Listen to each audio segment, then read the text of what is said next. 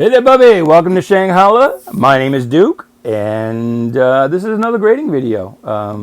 Hopefully by now you're starting to recognize these just from the thumbnail and get an idea what's going on here. What's going on is I'm grading some books for work. I'm actually, before the start of my work day, a little bit of a 15 or 20 minute warm-up. I mean, I will be grading these books for work, but I'm kind of doing it on my own time. Just as kind of a fun thing to do on my channel here, Shanghai, to sort of share that fun and joy of collecting comic books and maybe trading some tips on grading comics. So, I hope you will like, share, subscribe, do all of that groovy stuff that you know how to do so well. Please do comment in the comment section below, whether you agree or disagree with my grading, or you just want to chat about the books that we take a look at today. And it looks like we're going to be pretty much stuck on Batman here. And of course, you can also reach out to me on the socials as at Durigo Duke, Dirigo, Durigo. State motto of the state of Maine, meaning I lead or I direct, which you probably didn't even care about. But anyway, so like I said, this really isn't a commercial for work. This is kind of just me having fun.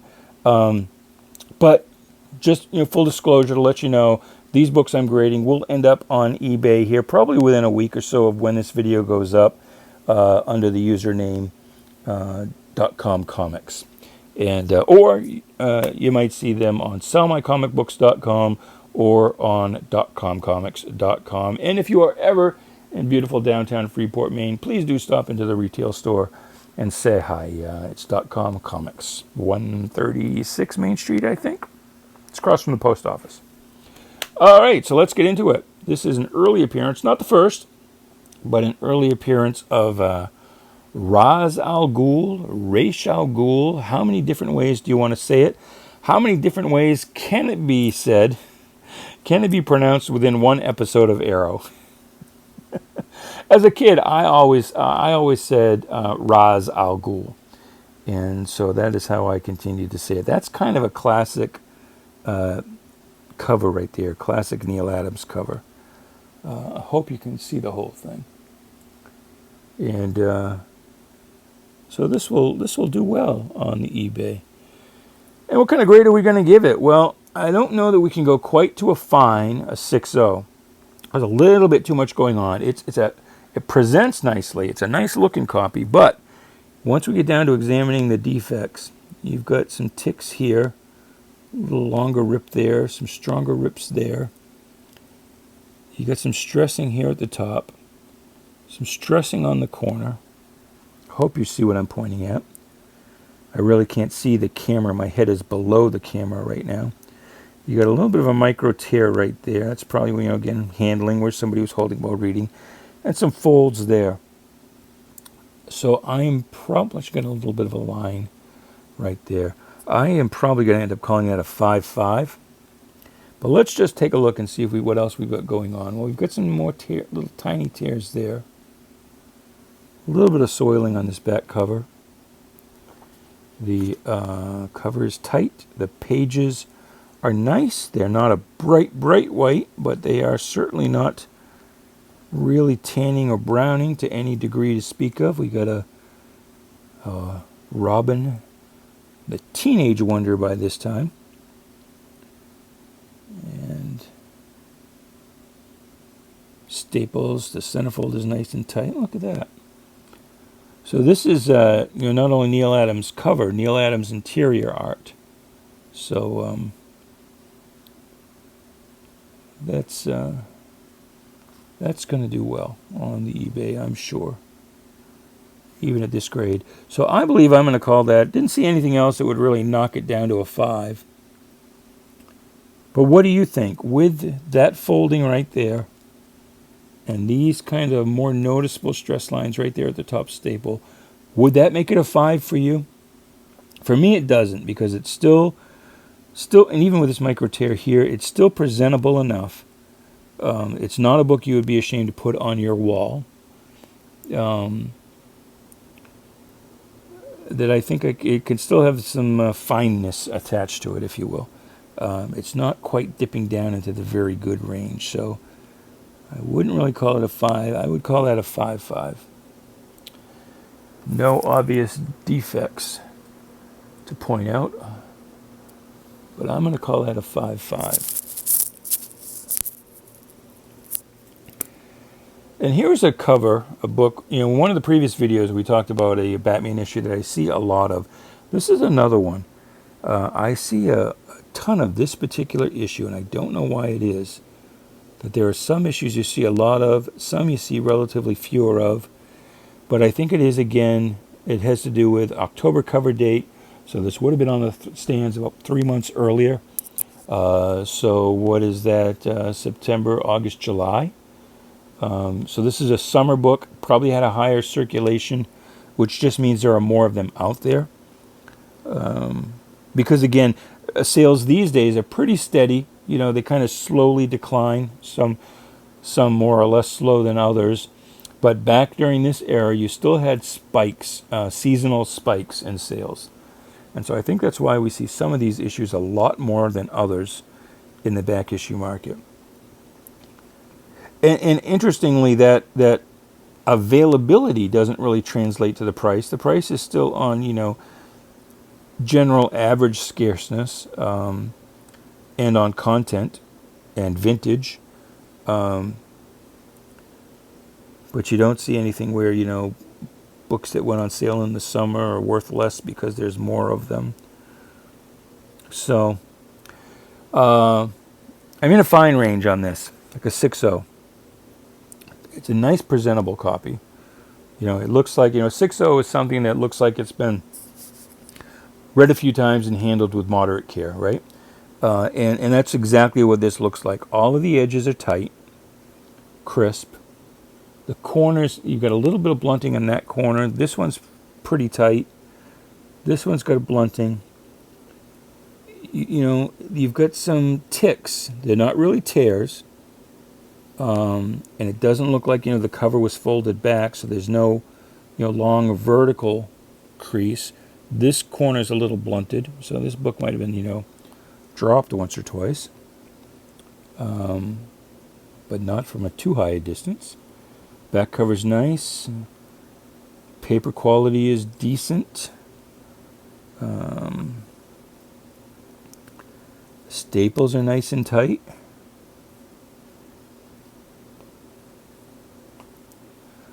So I'm going to call that a 6. If it wasn't for, you get a little bit of discoloring down here, and a couple of these ticks here are fairly biggish. So I don't think I can quite get away with 6.5, because there's a number of them. I mean, you got that blunting, and then you've got 1, 2, 3, 4, 5, 6, 7, 8, 9, 10, and then that corner's blunted. But they're all pretty minor, but there's too many of them that I can really get into a 6.5 on that. So I'm going to call that a 6. That's a 6.0. This next cover is a classic cover. People seem to like this cover. People seem to like Dead Robins. Dan DiDio wants Dead Nightwings, but or wanted, back when he had a say. But everybody else wants Dead Robins. I actually voted that infamous vote to kill Jason Todd. I did call in and vote to kill the little bastard. This is actually a nice looking copy.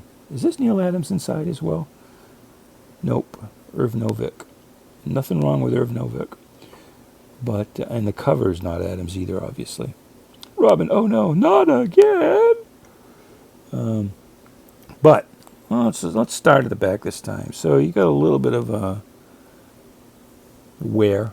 I wouldn't call it quite grime. Oh, that's too bad. Look at that. Let me see if I can do this so you can see it. Can you see how there's a little chip out of the top of that cover right there? That's unfortunate. So that'll keep it out of the, I'll keep it out of an 8. And maybe even a 7.5, because we also have a little chip there as well, if you can see that. The inside cover, though, looks nice. Paper quality is decent. Check that centerfold. I think I passed it. It's right there. It's nice and tight. Everything looks tight and clean inside. Nothing missing. And again, if we look along the spine here, not very tiny tick there. So there's like one tick, a little bit of blunting top and bottom, a little bit of fading here vertically, but that's more where the book was open. It wasn't, it doesn't look like it was ever folded back. You've got some blunting here. So I would be inclined to call that even an 8.5. Definitely an 8. I might go as high as an 8.5, except for these pieces missing from the back cover. And they're tiny. I'll grant you, they're tiny. But you got a piece out there. And that's dangerous because that could easily become that whole corner coming off. And you got a piece out there. So I don't feel like an 8 can have anything missing from it. Like, no matter how small. Even if that's like the only defect. It can't have any of the book actually missing. So I'm going to call that a 7.5. But if you were to bid on that on eBay, I think you would be very happy with that as a 7.5. At least I like to think so. And let's take a look at, what is this, 247. Ow! Just hit my head on the light. Deadly New Year. And Dick Giordano, I believe, is what that is. And you don't often see that, or at least I don't. Maybe he did it a lot at Charlton, but I never saw that a lot at DC. Might have been something he was experimenting with. So this one has a lot more ticks here. You go 1, 2, fairly major 1 there, 3, 4, major 1, 5. Or I should say fairly major 6, 7. Still presentable, very presentable. The edges are mostly, square and clean. Some little bend there on that corner. I don't know if I showed it to you there. A little micro tear right there. And that's usually right in that range is where you see them. Where the book is being held, about where the thumb is, when the book is being held and read. And that corner there is got a little blunting. But I would still call this a 7, unless I see anything else to knock it down, because you've got nice color, nice cover gloss. Even the white here, only kind of at the bottom, very beginning, starting to fade into browning. White is always hard on covers. Back looks decent. I'm already thinking I might be unhappy with the centerfold, but we'll see when we get there. Everything's clean, not missing. And no, the centerfold is tight. So see how I saw a little bit of and this looks like just because the book wasn't folded quite right. But I saw that little edge projecting out, and I'm like, uh-oh, my centerfold's detached. But it was not. It is nice and tight, as is the front. So I'm going to call that a 7. Now, if not for this blunted corner here, I might call it a 7.5. And you got kind of a little bit of a fold there. Not much of one. I might go up to a 7.5. Nothing is big enough here to knock it down to a 6.5. But I'm going to call that a 7. So, you tell me what you think. And, Batman was kind of not really super interesting during this phase. Through the 20-cent phase. Apart from, Ra's al Ghul. And it's Denny O'Neil writing, but maybe it's the Bob Brown art or whatever. It's just, it's Batman against, common crooks. Where it's, nothing really comes off. Oh, well, let's see. Huh. So this statement of ownership and circulation, back the companies had to do this back when they were still mailed. You had to get a second-class mailing permit. you had to disclose your circulation. And so for the issue nearest the filing date of October 172, so the issue that would have been on sale in September 1972, 201,414 copies. So that's about 120,000 more than the average Batman book today. But by contrast, you'll remember from an earlier video here that we did, if you go back a couple of videos, we looked at a Bat book from 1967. And the circulation there, the height of the Batman craze, was up over 1 million copies. So, we lost 800,000 copies a month in just a few years. Although we're still about 120,000 more than we get today. So yeah, everything's looking nice and tight and clean. Edges of the paper are starting to tan, maybe past tan, maybe even starting to get a little mocha. Little mocha in your paper. You got a little bit. It doesn't break any color. No tears or anything. But maybe if I hold it that way, you can see that the spine is kind of bending a little bit. The whole kind of book is just kind of warping, and that's probably just from how it was read. Although it was read with enough care. That there is zero. Well, no, I take that back. You got 1, 2 ticks there along the spine. And again, right in this area, you've got some indentations, a little micro tear. And again, that's most likely where the thumb was when it was being read. The thumb or the fingers, holding it right there. And that's where you see the damage come up. But I am going to go Michael W. Kaluta is the cover there, the MWK. Michael William Kaluta. That's a hard face to draw from that angle. You do it that way, it looks, but like that. Got kind of a pig face going on. Should not make fun of Michael William Kaluta. He can draw a hell of a lot better than I can. So I am going to call that an 8. Now, what have you got here? Again, you've got the kind of the micro tear and some bending right there. You've got this little corner bent, and it might actually be chipped. Yeah, it is actually chipped. And I've said before that you can't have any of the book missing for an 8, but that is so tiny. And it's like the only thing wrong. Just about. You have just a couple barest color flaking chips here. So I'm going to call that, although with that little teeny tiny piece of the corner missing. I'm just looking at these kids in the back. For the seed sales. And this ad was on the back cover of comic books for like decades. But it looks like at some point, because there used to be 3 different kids that were on the cover, and they were on every ad for like 20 years. And they switched them out. And this kid, with what he's wearing, looks like he's still from the kind of a 50s vintage photo.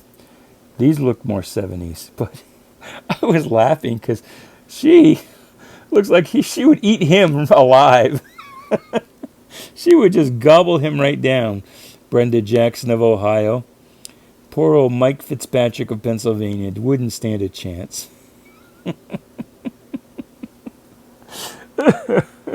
So anyway, that cracked me up. And I changed my mind with that little tiny, it's the tiniest piece of a corner missing.